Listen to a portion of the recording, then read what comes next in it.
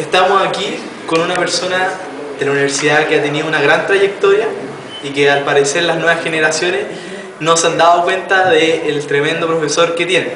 Es nada más y nada menos que el profesor de técnicas narrativas, tendencia estética y el semestre pasado de redacción, Ernesto Acher. ¿Cómo está, profesor? Hola, ¿cómo te va? Bien. Bueno, partamos con la primera pregunta. Dime. La primera pregunta, bueno, nosotros sabemos, investigamos que usted cuando era niño tomaba clases de piano y cosas así. Pero en un futuro decidió irse por la arquitectura. ¿Por qué? Digamos, cuando yo era joven, esto es mediados del siglo pasado, que corresponde al milenio pasado, en aquella época seguir, digamos, hacer de la música una profesión no era bien visto socialmente, era duro de sostener, digamos. Se suponía que un joven de una familia clase media, más o menos bien, tenía que seguir una profesión, una de las llamadas profesiones liberales. Y entonces, bueno, yo elegí arquitectura porque era dentro de las posibilidades lo que más me gustaba. No era lo que más me gustaba, lo que más me gustaba era la música, pero no era una carrera bien vista. Entonces elegí arquitectura y estudié arquitectura, me gradué. ¿Ejerció como arquitecto? Sí, trabajé 6 años como arquitecto, hasta que me di cuenta que no era lo mío. No podía trabajar de eso, pero yo creo que el trabajo tiene que tener otras calidades. Si uno no disfruta de su propio trabajo, no está aportando. ¿Pero construyó por lo menos algún edificio importante? No, sí, construí bastantes metros. Fue bastante intensa, pero era, digamos, pero era un arquitecto al montón.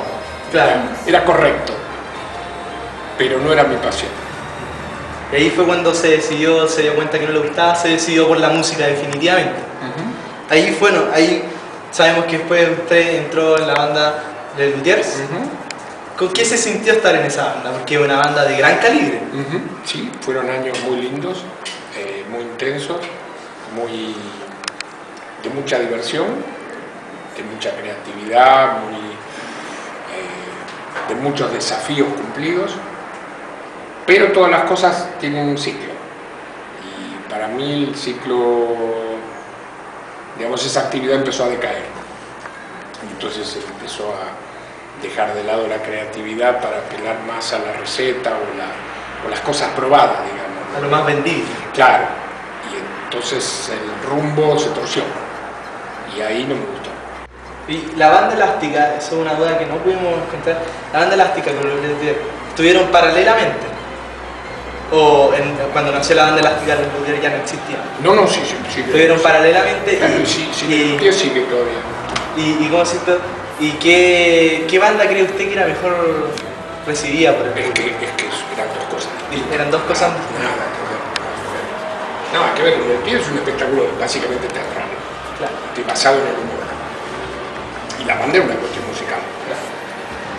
Y profe, dígame, después de la banda elástica, ¿cuándo decide usted hacer su carrera como humorista individual? Porque sabemos que había algún segmento que era humor con H. Sí, y eso fue como tantas otras cosas, fue producto de la casualidad.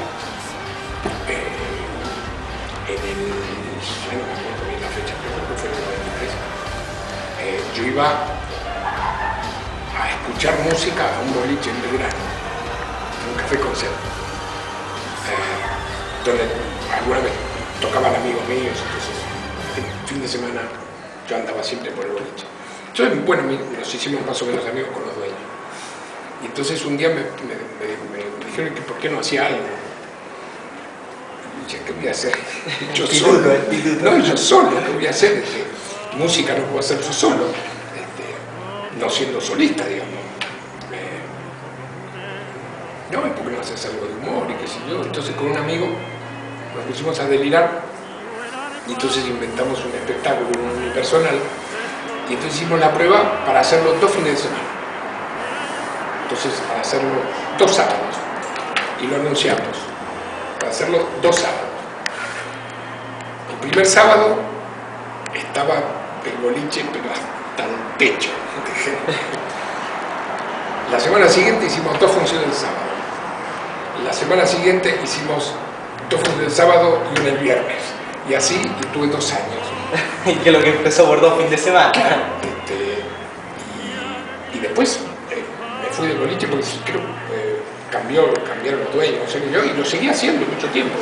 Y bueno, lo fui cambiando, y todavía sigue andando. Claro, ya no sé cuánto. Ya, claro, el texto original no queda nada, Claro. pero la estructura básica sigue siendo la misma. Es un conferencista loco. Y fue muy placentero de pronto la experiencia de enfrentarme solo. Claro, siempre en una banda. Claro, porque siempre estaba en grupo. Y de pronto enfrentarme solo y sin música. Solo, hacer humor. Y me encantó. ¿Y de qué hablaba ahí cuando solo? Era una supuesta conferencia sobre humor. Que era un disparate total. Pero yo lo leía como si fuera en serio. Pero eso me motivaba, me recordaba chistes. Entonces yo entraba y salía del texto. Entonces contaba chistes, volvía al texto, así, tiraba los papeles al demonio y contaba chistes, a pedido del público. Entonces igual improvisaba. Claro, sí, ahí sí. Y entonces el público pedía de secretaria, de novela, y contaba lo que me pedía. Y salía muy divertido. Llegué a hacerlo, porque era un espectáculo de café concert, un espectáculo chiquitito. Claro. Digamos, de la escala de 100 personas, 200 personas, pero no más que eso. Y llegué a hacerlo en un teatro en La Habana con 5.000 personas. Ya se fue a lo grande. Claro, y entonces, claro, cuando dije, ¿de qué quieren escuchar? Era una gritería, no, pero salió muy bueno y me acuerdo que los cubanos amigos estaban asombrados de cómo me había atrevido A preguntar. Claro, hacer chistes a pedido con 5.000 personas. Me salió muy divertido. Salió muy bueno. Por todo lo que hemos escuchado, son puros éxitos. ¿Pero tuvo algún fracaso en su carrera? Sí. Una vez resulta que yo tenía muchas ganas de hacer comedia musical, de escribir comedia musical. Y una vez, una mañana me desperté con la obra de teatro de un amigo, Tito Cosa, que escribió una obra de teatro maravillosa que se llama La Luna. La historia es fantástica, muy porteña, muy de Buenos Aires, que es una abuela que se come todo, que es una vieja insaciable y deja en la ruina a toda la familia que se va muriendo, menos ella. Es la obra es maravillosa. Y entonces dije, este es el texto. Y le puse música. Y realmente la música me había salido. Y era espectacular. El montaje de la comedia era... Entonces lo propuse, finalmente me lo tomó el Teatro San Martín, en Buenos Aires. Hicieron un desastre. Hicieron tiras, no entendieron nada, el elenco era malísimo, nadie cantaba nada, vocalmente eran horrendos, mal, y duró muy poco el cartelismo que realmente era mal. Y fue un dolor, pero bueno, a veces toca que las cosas salen mal. ¿Qué pasa? Bueno, pasando a lo más actual, ya cerca de estos años, usted se vino a vivir de Argentina a Chile.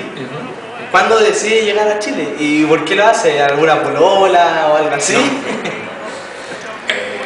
A ver, yo de casualidad vine a dirigir a Chile. Vine a Concepción, de cambio de un amigo. Un amigo que tenía que venir a dirigir a Concepción no podía cumplir con esa fecha. Y entonces me dijo, andamos. Bueno, me puse en contacto y vine yo.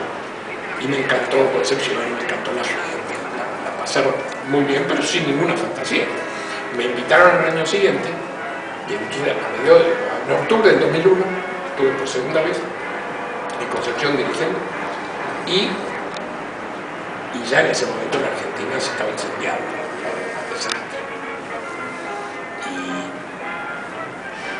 al poquito tiempo explotó, fue el principio de diciembre del 2001, que después vino la explosión, el derrocamiento de la Runa, el corralito, el desastre, el financiero, y ya me habían dicho, en Concepción me dijeron, ¿por qué no te vienes? Acá vamos a hacer proyectos con la Sinfónica, con los proyectos culturales. Entonces dije, vamos. Siempre me gustó la aventura. Yo digo, me gusta el vientito de caminar, no me gusta quedarme quieto. Y entonces me vine como se dice aquí, con cama de petates, en Concepción, y estuve 3 años en Concepción. Y pasó que Concepción tuvo una fase muy especial que fue, digamos, la Universidad de Concepción fue durante muchísimos años el sostén de la actividad cultural en Concepción. Pero a partir de mediados de los 90 vino la llegada de las universidades privadas. Entonces la Universidad de Concepción creo que tuvo que, digamos, enfocarse más en los aspectos académicos para sostener la competencia con las privadas, y eso necesariamente implicó que dejó de atender la actividad cultural. Entonces la actividad cultural empezó a bajar, y paralelamente a mí me parecía más trabajo, tenía más trabajo en Santiago que en Concepción. Y entonces llegó un momento que digo, vamos a Santiago, que no era lo que más me atraía, pero bueno, el trabajo está por ahí,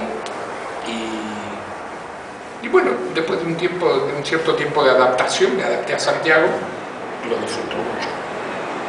Y aquí estoy, desde el 2005 en Santiago. Sí. ¿Y en qué momento, la última pregunta, decidió hacer clases aquí en esta universidad? Pero no, o sea, usted pudo haber hecho clases de arquitectura, o incluso irse por el lado de clases musicales en algunos colegios, o hacer clases particulares, o proyectos más grandes. Bueno, sabemos que usted es director de orquesta también, pero ¿por qué clases de redacción y el tema del lenguaje? Bueno, primero porque es un tema que me gusta mucho, pero además pasó que yo entré a la Diego Portales porque entré dando creatividad. El primer semestre que hice yo acá fue dando creatividad, y resulta que necesitaban gente para dar redacción o técnicas narrativas, no me acuerdo cuál de las dos. Entonces me preguntaron si yo me animaba, y sí, si bien yo nunca estudié orgánicamente el tema, pero sí estudié con amigos, con literatos y poetas, hice cursos. Y además he estudiado, digamos, soy autodidacta en ese sentido. Y me interesa el tema del lenguaje, y el tema de la redacción, y la narrativa, y todo eso. Y entonces, bueno, hice el primer semestre, fue muy bien, con buenos resultados, así, me dejaron. Entonces, bueno, estoy a cargo de eso. Esa fue la entrevista a Ernesto Acher, un profesor de la Universidad Diego Portales. Muchas gracias, profe. Gracias a ustedes. Un gusto.